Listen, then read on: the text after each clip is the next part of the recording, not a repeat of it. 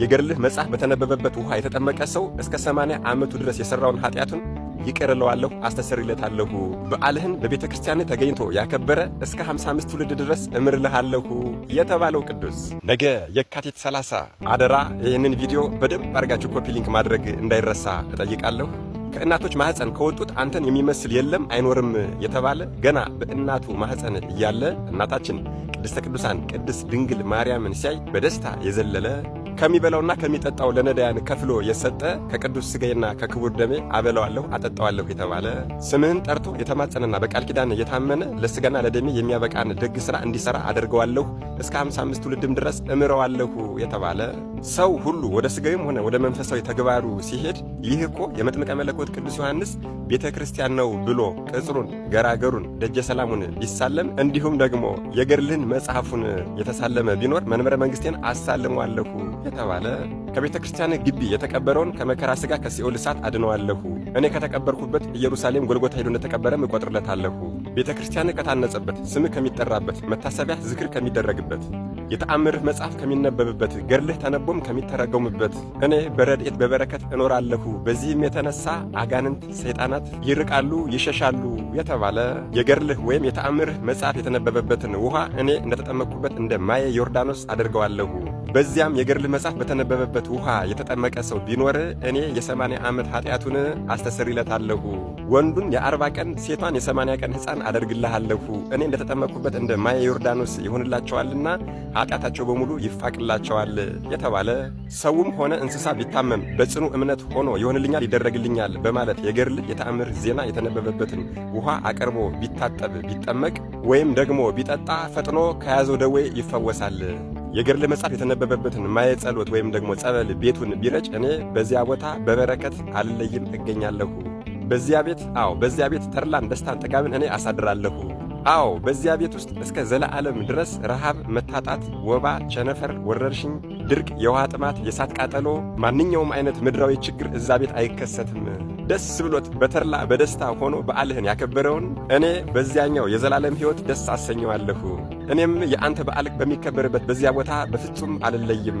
በዓልህን ከሚያከብሩት ሰዎች ጋራም በዚያ እኔ አብሬ እቀመጣለሁ። በዓልህን ያከበሩትንም ሰዎች እስከ 55 ትውልድ ድረስ እምርልሃለሁ የተባለ ለቤተ ክርስቲያንህ ዕጣን፣ ጧፍ፣ ሻማ፣ መጎናጸፊያ፣ ልብሰ ተክህኖ፣ መጋረጃ፣ ነጭ ስንዴ፣ ዕጣንና ማንኛውም አቅሙ የፈቀደውን መብአ የሰጠን ሰው እስከ 55 ትውልድ ድረስ እምርልሃለሁ። ሥጋዬንና ደሜን መቀበል ያልተቻለው ሰው ሥጋዬንና ደሜን መቀበል ያልተቻለው ሰው ለአንተ መታሰቢያ ዝክር ከተዘጋጀው ፍርፋሪ ይቅመስ። ፍርፋሪ ባያገኝ እንጀራና ዳቦ የተበላበትን ዝክር የተዘገረበትን ሳህኑን ጠላው የተጠጣበትንም ጽዋ በምላሱ ይላስ። እኔ መድኃኔዓለም ኢየሱስ ክርስቶስ ቃሌ የማያብል ፍጹም የሆንኩ አምላክ ነኝና ቅዱስ ሥጋዬንና ክቡር ደሜን እንደተቀበለ እቆጥርለታለሁ የተባለ ስለ እዚህ ፍጹም እምነቱም እውነተኛውን ሥጋዬንና ደሜን እንዲቀበል የሚያደርግ እውነተኛውን ምግባርና የጽድቅ ሥራ እንዲሠራ አደርገዋለሁ። ይህ በቅዱሱ መጽሐፋችን በወንጌል እናትና አባቱ ያለ ነቀፋ በእግዚአብሔር ፊት ይኖሩ ነበር የተባለ ወገኖቼ በሰው ዘንድ እንተወው እና በእግዚአብሔር ፊት ያለ ወቀሳ ያለ ነቀፋ ያለ ከሰሳ መኖር እንዴት ያለ የሚደንቅ ነገር ነው።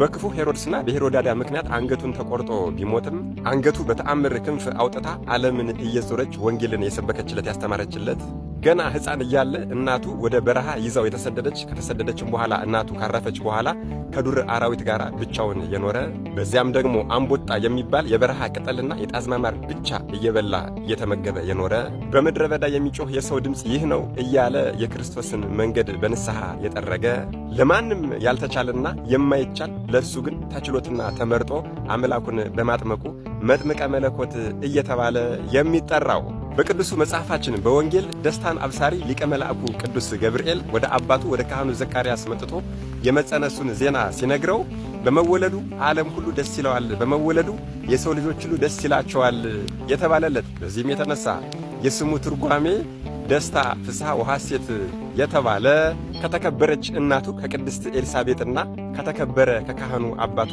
ከካህኑ ዘካርያስ በመልአኩ በሊቀ መላእክት በቅዱስ ገብርኤል ብስራት ሰኔ 30 ቀን የተወለደው ነቢይ፣ ካህን፣ ሐዋርያ፣ ሰማዕት፣ መጥምቀ መለኮት ቅዱስ ዮሐንስ።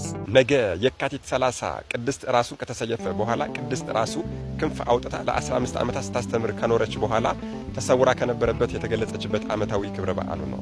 መድኃኔዓለም ኢየሱስ ክርስቶስ ከታላቁ ነቢይ፣ ካህን፣ ሐዋርያ፣ ሰማዕት መጥምቀ መለኮት ቅዱስ ዮሐንስ ረድኤት፣ በረከት፣ ምልጃ፣ ቃል ኪዳን፣ ፍቅር አይለየን። አሜን። ይቆየን።